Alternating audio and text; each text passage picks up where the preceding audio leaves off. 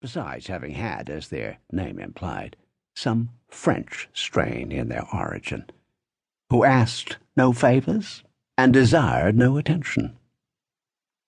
In the early years of her residence, she had made an attempt to see them, but this had been successful only as regards the little one, as Mrs. Prest called the niece, though in reality, as I afterward learned, she was considerably the bigger of the two. She had heard Miss Bordereau was ill, and had a suspicion that she was in want, and she had gone to the house to offer assistance, so that if there were suffering, and American suffering, she should at least not have it on her conscience. The little one received her in the great, cold, tarnished Venetian sala, the central hall of the house, paved with marble and roofed with dim crossbeams, and I did even ask her to sit down. This was not encouraging for me, who wished to sit so fast, and I remarked as much to Mrs. Prest. She, however, replied with profundity, "Ah, but there's all the difference. I went to confer a favour, and you will go to ask one. If they are proud, you will be on the right side." And she offered to show me their house to begin with, to row me thither in her gondola.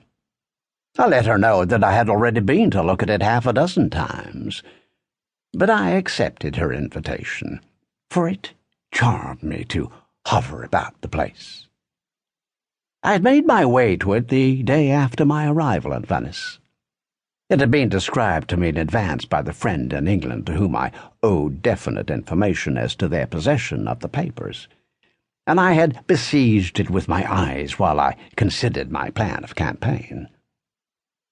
Geoffrey Aspern had never been in it that I knew of, but some note of his voice seemed to abide there by a roundabout implication, a faint reverberation. Mrs. Prest knew nothing about the papers, but she was interested in my curiosity, as she was always interested in the joys and sorrows of her friends.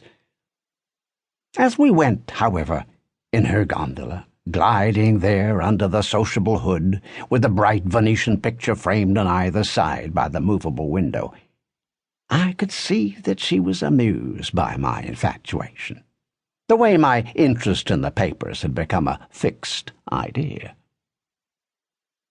"One would think you expected to find in them the answer to the riddle of the universe," she said, and I denied the impeachment only by replying that if I had to choose between that precious solution and a bundle of Geoffrey Aspern's letters, I knew indeed which would appear to me the greater boon.